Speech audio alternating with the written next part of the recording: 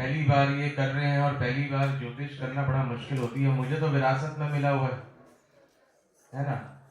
और आप ज्योतिष परिवार में नहीं है, उसके बावजूद भी आप ये कार्यक्रम कर रहे हो, हिम्मत की बात है। पंडित वेणी माधव गोस्वामी जी, जिन्होंने लाल किताब को हिंदी में किया, और पंडित रूपचंद जोशी जी, जिनकी वजह से हम यहाँ पर सब बैठे हैं, लाल किताब कर रहे हैं। ठीक है, कुछ लाल किताब के अंदर कुछ गलत चीजें दे रखी हैं, कुछ अच्छी चीजें भी दे रखी हैं। वो गलत चीजें इसलिए लग रही हैं क्योंकि उसको हम समझ नहीं रहे हैं। मैनू पंजाबी सीखनी चाहिए थी, मैं बार बार कहता हूं, मैनू पंजाबी सीखनी चाहिए थी। इसके दो मतलब है, I want to learn Punjabi language, and the second मतलब is I want Punjabi women. अब वो मेरा भाव है कि मैं उसे कैसे देख रहा हूं, तो इसलिए उसे गलत लग रहा है। मैं भी आऊंगा कि पूजा करनी चाहिए कि नहीं करनी चाहिए, ये कह के लाल किताब करेगा। पूजा नहीं करनी, किसको पूजा करनी चाहिए, किसको पूजा नहीं करनी चाहिए, किसे दान देना चाहिए, किसे दान नहीं देना चाहिए। पहली बात, दान है क्या?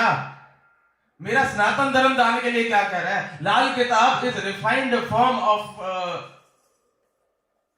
प्राचर ऋषि, वैदिक एस्ट्रोलॉजी।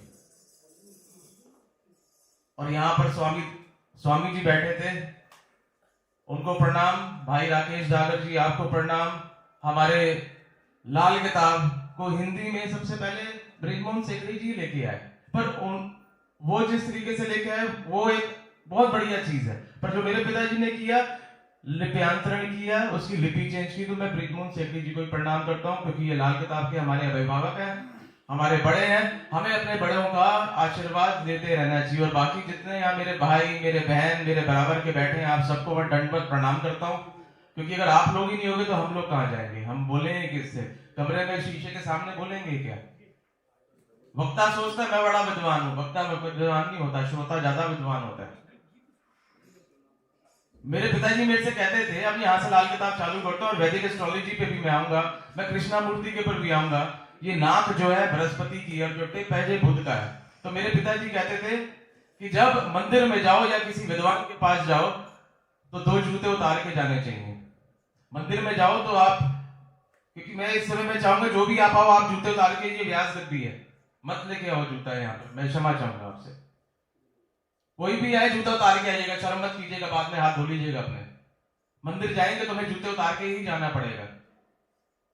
और किसी विद्वान के पास जाओगे तो जो ज्ञान रूपी जूता है उसे उतार के जाना चाहिए। जब भी आप सीखने जाओ तो जो भी आपका गुरु, आपका टीचर, आपका मेंटोर आपको सिखा रहा है, वो जो बोल रहा है सुनते जाओ, प्रश्न करो ही मत। आज सबसे बड़ी प्रॉब्लम क्या है? क्वेश्चन मार्क क्यों? एक पिक्चर आई थी जिसके अंदर परेश रावल के माथे के ऊपर क्वेश्चन मार्क बना हुआ था। मैंने 2018 में शायद पहला भाषण दिया था। 93 में मेरे पिता ने मेरे को सीखने भेजा था और मुझे ये बोला था कि अपनी कुंडली के ऊपर डिस्कशन मत करियो। लाल किताब ये कहती है कि अगर आपने इस इल्म को सीखना है, इल्म यानी सब्जेक्ट, विषय को सीखना है, तो सबसे पहले अपनी जन्म कुंडली और अपने हाथ के खाके को देखना बंद करो। हम क्या करते हैं, जैसे ही मेरे से कोई लाल किताब लेता है वो सबसे पहले अपना ग्रह देखता है कि मेरा बृहस्पति लगन में बैठा है, मेरा बृहस्पति 7वें में बैठा है, तो मुझे क्या उपाय करना है, वही मामला खत्म हो जाता है। अगर आपके यजमान ने आपसे पूछ लिया कि ये उपाय करने के बाद क्या मैं राजा बन जाऊंगा, तो वो उपाय उसका निष्फल हो गया, क्योंकि मैं जिस सभ्यता में पैदा हुआ हूं वहां पे बोला गया विश्वासो फलदायक। विश्वास में इतनी शक्ति है। किसी ने क्या परमात्मा को देखा है क्या? किसी ने हवा को देखा है क्या? नहीं देखा है। आप महसूस कर सकते हैं, आप महसूस कर सकते हैं उस परमात्मा को। मैं तो डेली उस परमात्मा के साथ खेलता हूं, तो सामने वाला क्या कहे, जो पागल है उसका रंग तो बता दे, उस परमात्मा का रंग क्या है। और जो उस परमात्मा का रंग बता दे, ठीक है, हमारे मंत्रों में दे रखा है कपूर गौरम करुणावतारम संसार सारम भुजगेंद्र हारम सदा वसंतम हृदय वंदे भवम भवानी सतम। भगवान शंकर का रंग सफेद है। जो पहाड़ों में जाएगा वो सफेद ही तो होएगा, गोरा ही तो होएगा। नीलकंठ है, जितने भी मंदिर है भगवान का रंग नीला कर दिया। भगवान ने तो जहर को अपने कंठ में डाल दिया था, वो भी साइंस है, ग्रेविटी है। वहां चंद्रमा उन्होंने अपने सर पे लगा रखा है, तो ग्रेविटेशनल पुल से वहां पे अटक गया। ये साइंस आज भी उनके पास नहीं है, ये साइंस हमारे धर्म के अंदर है। अब मैं वापिस आता हूं लाल किताब पे। मैं बचपन से देखता हूं, मेरी माँ कहती है वो झाड़ू को सीधा खड़ा कर दिया बेटा, घर में लड़ाई हो जाएगी। जो सीख वाला झाड़ू है दिवाली पे अब खूब बिकने लग गए हैं, क्योंकि सोशल मीडिया का जमाना आ गया। ये करोगे तो ऐसा हो जाएगा, ये करोगे तो ऐसा हो जाएगा, वैसा करोगे तो वैसा हो जाएगा। ऐसा कुछ नहीं है। हम लाल किताब हो या वैदिक एस्ट्रोलॉजी टोटल लॉजिकल है। हर शब्द के पीछे कुछ ना कुछ लॉजिक है। अगर भगवान कृष्ण ने गीता का हमें प्रवचन दिया, उपदेश दिया, या गाइडेंस दी कि कर्म करो फल की इच्छा मत करो। लाल किताब में भी सबसे पहला पॉइंट क्या शुरू होता है? अंधा टेवा। मेरे ख्याल से यहाँ अधिकतर लोग लाल किताब पढ़ रहे होंगे या वाच रहे होंगे। अंधा टेवा मुझे पता है, सबको पता होगा। पता है अंधा टेवा ना सबको? हाँ या ना कुछ बोल दो किसी को। अच्छा नहीं पता। तो पंडित जी ने सबसे पहले अंधा टेवा चालू किया। अंधा टेवा किया, इसका मतलब ये तो आदमी अंधा है। अच्छा सबको ये तो पता है कि 10वें घर का स्वामी कौन होता है? कालपुरुष कुंडली के हिसाब से कौन होता है? शनि होता है। ठीक है, क्योंकि लाल किताब कालपुरुष की कुंडली लेके चलती है। अब प्रॉब्लम क्या है? पंडित जी ने जो सरसरी नोट में लिखा है कि अगर आपको लाल किताब पढ़नी है तो आपको मौजूदा ज्योतिष को पहले सीखना पड़ेगा, यानी कि वैदिक एस्ट्रोलॉजी पढ़नी पड़ेगी। राशि तो वैदिक एस्ट्रोलॉजी से ही आ रही है, लॉर्ड तो वैदिक एस्ट्रोलॉजी से आ रहा है, नक्षत्र तो वैदिक एस्ट्रोलॉजी से आ रहा है, और कृष्णामूर्ति ने सब लॉर्ड दे दिया। तो अगर आप उत्तर कालामृत एक किताब है कालिदास जी ने लिखी थी। अब कालिदास तो लोग कहते हैं पोएट था मेरे ख्याल से, उसके बड़े सारे उन्होंने अपने काव्य ग्रंथ लिखे हैं, पर वो एक अच्छे ज्योतिषाचार्य भी थे। 1 से लेके 108 तक नंबर उन्होंने सबसे पहले दिए थे। कृष्णामूर्ति जी ने उसी को आगे फॉरवर्ड करके 249 तक दे दिए। अब तो और भी आगे चले गए, सब लॉर्ड थ्योरी भी आ गया, न्यूकॉम अयांशा भी आ गया। तो हमारी लाल किताब क्या है? हमारी क्या, हम सबकी लाल किताब कहते हैं। अच्छा लाल किताब बोल रही है, लाल किताब कहती है। अब एक क्या ना कहने का तरीका होता है, तो उसका भी लोग मजाक उड़ा लेते हैं कि लाल किताब कहती कैसे है, उसके मुंह कहां पर है। क्या आपने भगवान का सुना है? किसी ने आपको आके बोला भगवान ने कि हाँ भाई रिभुकांत इस रास्ते पे चला जाए या उस रास्ते पे चला जाए? पर मेरे को ऐसा लगता है कि परमात्मा हर क्षण हर व्यक्ति को रास्ता दिखाता है। जब वो परेशान हो जाता है तो परमात्मा आता है। क्या मैं भी अंधे टेढ़े पे वापस आऊंगा, पर उस विश्वास को बनाना बड़ा जरूरी है। कैसे बनाएंगे विश्वास? अच्छा किसी एक प्रश्न और पूछता हूँ, 5 साल से पहले की जिंदगी किस किस को याद है अपनी? सिर्फ स्वामी जी को छोड़ के, राकेश भाई को छोड़ के, और ब्रिजमोहन भैया को छोड़ के, और आपको भी छोड़ के प्रभु, 5 साल से पहले की जिंदगी सारी याद है। 4 साल से पहले की जिंदगी किस किस को याद है? 3 साल से पहले की जिंदगी किस किस को याद है? 2 साल से पहले की जिंदगी, 2 साल यानी कि जब आप 2 साल के थे, जब आप 3 साल के थे, जब आप 4 साल के थे, जब आप 5 साल के थे, कितनों को याद है? हाँ, मेरी मां ने कहा कि ये तेरे पिता है, इसे विश्वास कहते हैं। अमेरिका में आज भी डीएनए टेस्ट करवाते हैं। क्या आप में से किसी ने डीएनए टेस्ट कराया कि आपके पिता है कि नहीं है? आप ये सोच भी सकते हो क्या कि ये आपके पिता है कि नहीं है? मैं तो नहीं सोच सकता, क्योंकि मेरा जो पब्लिकेशन है उसका नाम ही हिमाचल पब्लिकेशन है। टोपी हिमाचल की पहनी हुई है, तो नक्षत्र लगा हुआ था 1 से लेके 8 तारीख तक। सब कहते हैं आप हिमाचल की हो। मैं अगर हिमाचल का हूं तो कुंडली अच्छी देख लूंगा। मैं कहा भारत का हूं मैं, हिमाचल हमारा एक अभिन्न अंग है। मैंने कहा मेरी माता का नाम हिमाचल है, क्योंकि इसलिए मैंने वो हिमाचल पब्लिकेशन नाम रख दिया। कहने का मतलब क्या है? हमारे सनातन धर्म में विश्वास। जब आपका यजमान आपके पास आएगा तो बड़े विश्वास से आपके पास आएगा कि आज मैं आपके पास तो मेरा कल्याण होगा। और वो सामने वाला जो आचार्य है, आचार्य है, या हमारे स्वामी जी हैं, या हमारे शंकराचार्य हैं, या हमारे जितने भिन्न भिन्न प्रकार के हमारे आचार्य, वो आशीर्वाद देते हैं कि प्रभु तुम्हारा कल्याण हो। तो विश्वास। तो मैं अंधे टेढ़े पर वापस आता हूं। तो 10वें घर का स्वामी कौन हुआ? शनि। अब मकर राशि के अंदर बृहस्पति नीच के होते हैं और मंगल उच्च के होते हैं। अब मंगल कौन है? सूर्य की किरणें हैं। शनि क्या है? अंधकार है। शनि क्या है? अंधकार है। और कर्म, बिना कर्म के तो मेरे को पता ही नहीं चलेगा मैं करना कैसे है। अब शनि 10वें घर में हमारे घर दे दिया अंधकार, और वहां मंगल उच्च का दे दिया। इसलिए मंगल उच्च का दे दिया कि किरणें आएंगी तो मुझे अंधकार में रास्ता मिलेगा। बचपन से सुनता आया हूं, अगर किसी की औकात देखनी है तो कहां से देखनी चाहिए, कोई बता सकता है?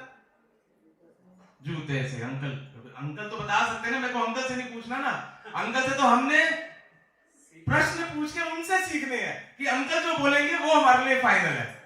पर जूते से औकात देखी जाती है। और जूते का कारक कौन हुआ?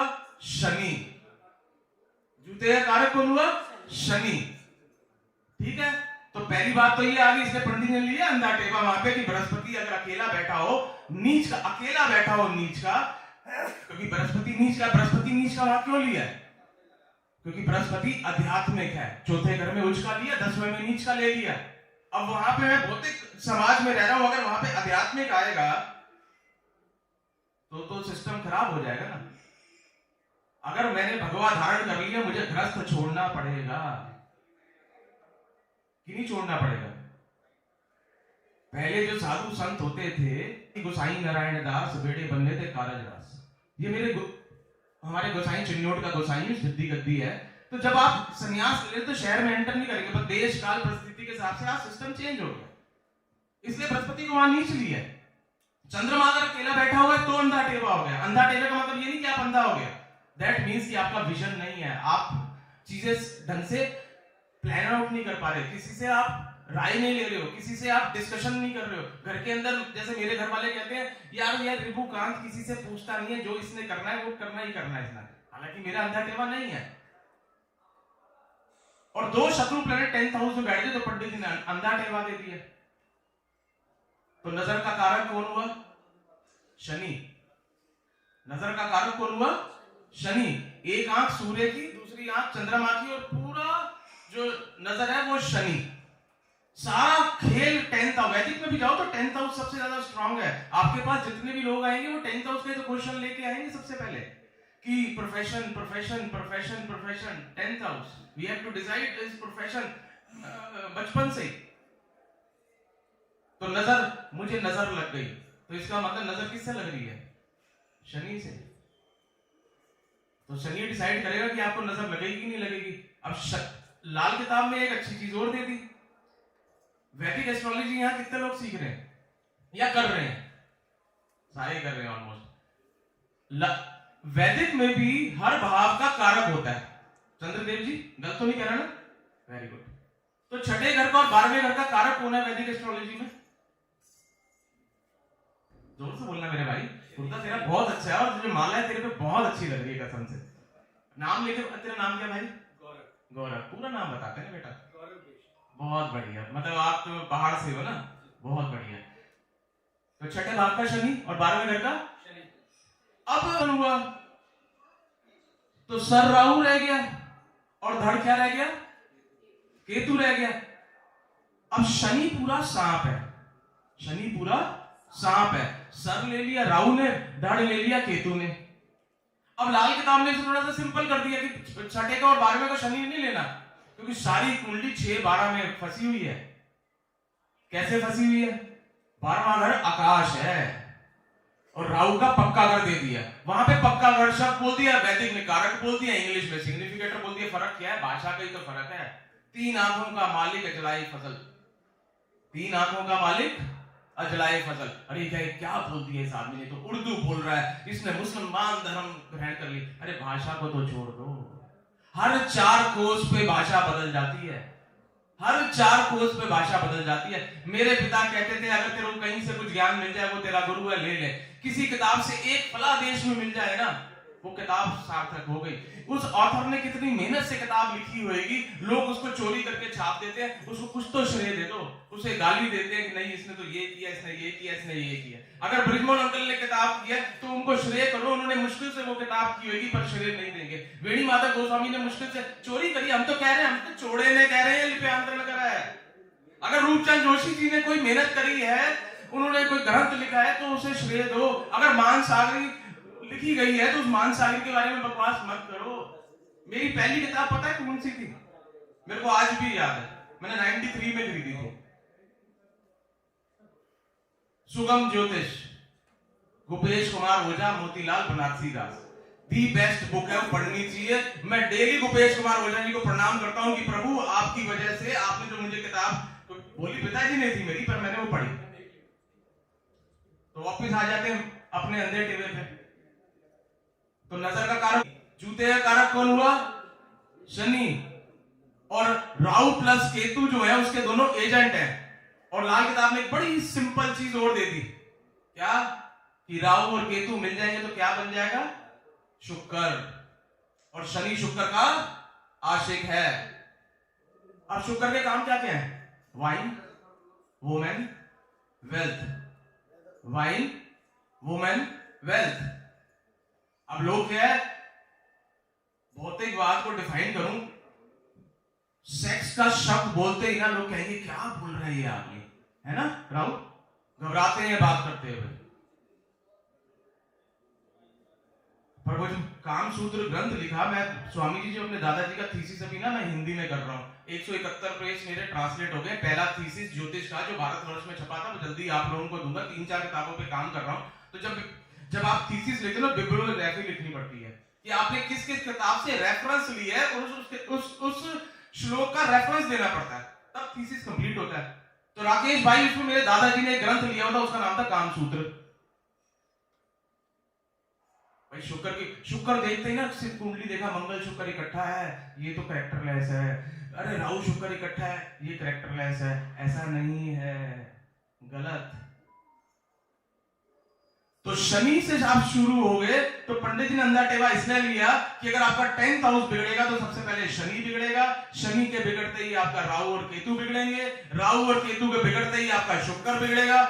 और सांप का सबसे खतरनाक चीज क्या होता है?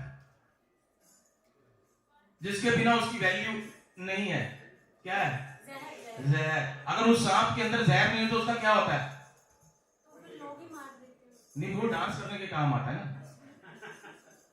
या फिर बेल्ट बनाने के काम आता है, या फिर पर्स बनाने के काम आता है। और सांप कैंसर की दवाइयां बनती हैं। भगवान शंकर के भी गले में सांप है, भगवान विष्णु भी सांप के ऊपर लेटे हुए हैं, शेषनाग के ऊपर। गलत तो नहीं कह रहे ना माता? और अमृत मंथन बिना सांप के हो सकता था क्या? सोचो, सांप ही क्यों लिया है? सांप ही क्यों लिया है? और गंधारी कौन थी? नाग कन्या थी। क्या एक इंसान 100 बच्चे पैदा कर सकता है? सोचो, वो रेप्टाइल थी, हम मैमल है। आज भी रेप्टाइल और मैमल का साइंस नहीं कर पाई है। गंधारी 100 बच्चे, इसका मतलब 100 अंडे दिए थे उसने। स्वामी जी गलत बोलूं तो मेरे को टोक देना वहीं पे तुरंत। मतलब ये मैं अपना दिमाग लगा रहा हूं, क्या एक इंसान 100 बच्चे पैदा कर सकता है?